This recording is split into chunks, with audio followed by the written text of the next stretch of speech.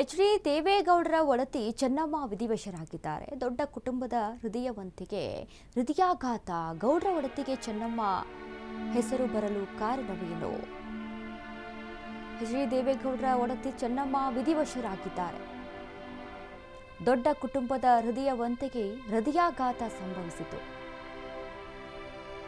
ಆದರೆ ಗೌಡ್ರ ಒಡತಿಗೆ ಚೆನ್ನಮ್ಮ ಅಂತ ಹೆಸರು ಬರೋಕೆ ಕಾರಣ ಏನಾಗಿತ್ತು?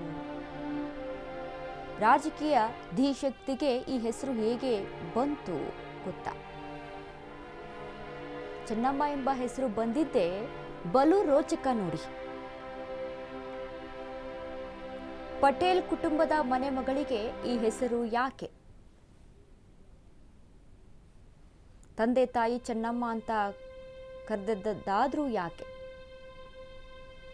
ಏನೀ ಚೆನ್ನಮ್ಮ ಹೆಸರಿನ ಹಿಂದಿನ ರಹಸ್ಯ ಗೊತ್ತಾ? ನಿಮ್ಮ ಅಶ್ವವೇಗ ನ್ಯೂಸ್ನಲ್ಲಿ ಬಿಗ್ ಎಕ್ಸ್ಕ್ಲೂಸಿವ್ ಸ್ಟೋರಿಯನ್ನ ಕೊಡ್ತಾ ಇದ್ವಿ. ಚೆನ್ನಮ್ಮ ಅನ್ನುವಂಥ ಹೆಸರು ಯಾಕೆ ಬಂತು?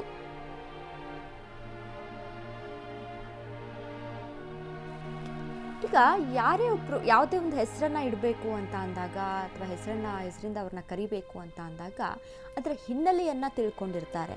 ಯಾವ ಕಾರಣಕ್ಕೆ ಚೆನ್ನಮ್ಮ ಅನ್ನುವಂಥ ಹೆಸರನ್ನ ಇಡಬೇಕು, ಚೆನ್ನಮ್ಮ ಅಂತಾನೆ ಯಾಕೆ ಹೆಸರನ್ನ ಕೂಗಬೇಕು, ಆ ಹೆಸರಿಂದಿರುವಂಥ ನಾನಾ ಥರದಂಥ ಅರ್ಥಗಳನ್ನ ಕಂಡುಕೊಳ್ತಾರೆ. ಹಾಗಾಗಿ ದೇವೇಗೌಡರ ಒಡತಿಗೆ ಚೆನ್ನಮ್ಮ ಅನ್ನುವಂಥ ಹೆಸರು ಬರೋದಕ್ಕೆ ಕಾರಣ ಏನಾಗಿತ್ತು? ಚೆನ್ನಮ್ಮ ಅವರ ತಂದೆ ತಾಯಿ ಚೆನ್ನಮ್ಮ ಅಂತ ಕರೆಯೋದಕ್ಕೆ, ಹೆಸರನ್ನ ಇಡೋದಕ್ಕೆ ಏನು ಕಾರಣ ಆಗಿತ್ತು? ಅದರ ರಹಸ್ಯ ಏನು? ಇದೆಲ್ಲದರ ಬಗ್ಗೆ ನಿಮ್ಮ ಅಶ್ವವೇಗದಲ್ಲಿ ತಿಳಿಸ್ಕೊಡ್ತೀವಿ.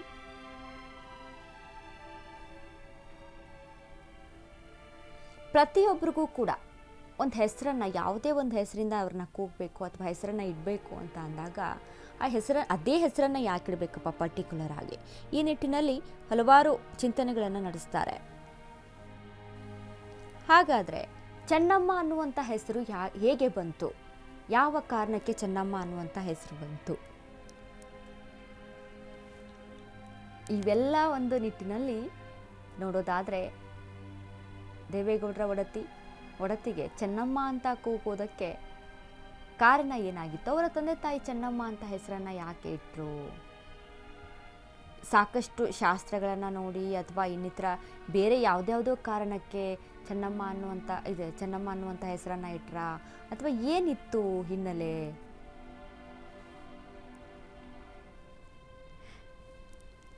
ಪಟೇಲ್ ಕುಟುಂಬದ ಮುದ್ದಿನ ಮಗಳು ಚೆನ್ನಮ್ಮ.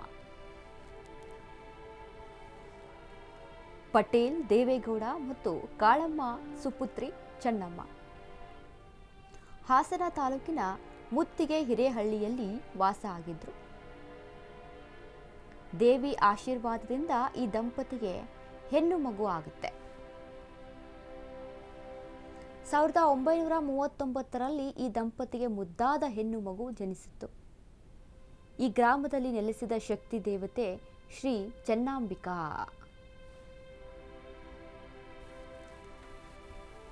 ಶ್ರೀ ಚೆನ್ನಂಬಿಕಾ ದೇವಿ ಪಟೇಲ್ ಕುಟುಂಬದ ಆರಾಧ್ಯ ದೈವ. ಇದೇ ಗ್ರಾಮದಲ್ಲಿ ಮಗು ಚೆನ್ನಮ್ಮಳಿಗೆ ದೇವಿಯ ಹೆಸರು ಬಂದಿರುವಂಥದ್ದು. ದೇವಿ ಹೆಸರನ್ನೇ ಸ್ಮರಿಸಿ ಚೆನ್ನಮ್ಮ ಎಂದು ನಾಮಕರಣವನ್ನ ಮಾಡಲಾಗುತ್ತೆ. ಮನೆ ದೇವರು ಚೆನ್ನಂಬಿಕಾ ದೇವಿ ಹೆಸರನ್ನೇ ಇಡಲಾಯಿತು. ಚೆನ್ನಮ್ಮ ಭಕ್ತಿ ಮತ್ತು ಆಧ್ಯಾತ್ಮಿಕ ಉಳ್ಳವಳು. ನೋಡಿ, ಕೆಲವೊಂದು ಹೆಸರುಗಳನ್ನು ಇಡಬೇಕು ಅಂತ ಅಂದರೆ ಅದರ ಹಿನ್ನೆಲೆ ಬೇರೆ ಬೇರೆಯಾಗಿಯೇ ಇರುತ್ತೆ. ಅಥವಾ ಮನೆಯ ಹಿರಿಯರದಾಗಿರ್ಬೋದು, ಯಾರ್ದೋ ಒಬ್ಬರದು, ಅಥವಾ ದೇವರ ಹೆಸರುಗಳನ್ನು ಇಡುವಂಥದ್ದಾಗಿರ್ಬೋದು.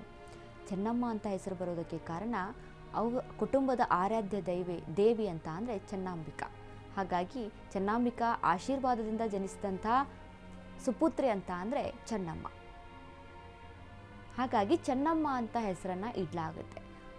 ಚೆನ್ನಮ್ಮ ಅಂತ ಹೆಸರಿಗೆ ತಕ್ಕಂತೆ ಅಷ್ಟೇ ರೀತಿಯಾಗಿ ತಮ್ಮ ಕುಟುಂಬದಲ್ಲಿ ಹೋರಾಟವನ್ನು ನಡೆಸಿ ದಾಂಪತ್ಯ ಜೀವನಕ್ಕೆ ಕಾಲಿಟ್ಟ ಮೇಲೆ ದೇವೇಗೌಡರ ಕುಟುಂಬದಲ್ಲಿ ಹೋರಾಟವನ್ನು ನಡೆಸಿ ಸಾಧನೆಯನ್ನು ಮಾಡಿಕೊಂಡು ಚೆನ್ನಮ್ಮ ರೀತಿಯಲ್ಲಿಯೇ ಹೋರಾಟವನ್ನು ನಡೆಸಿ ಬಂದಂಥವರು.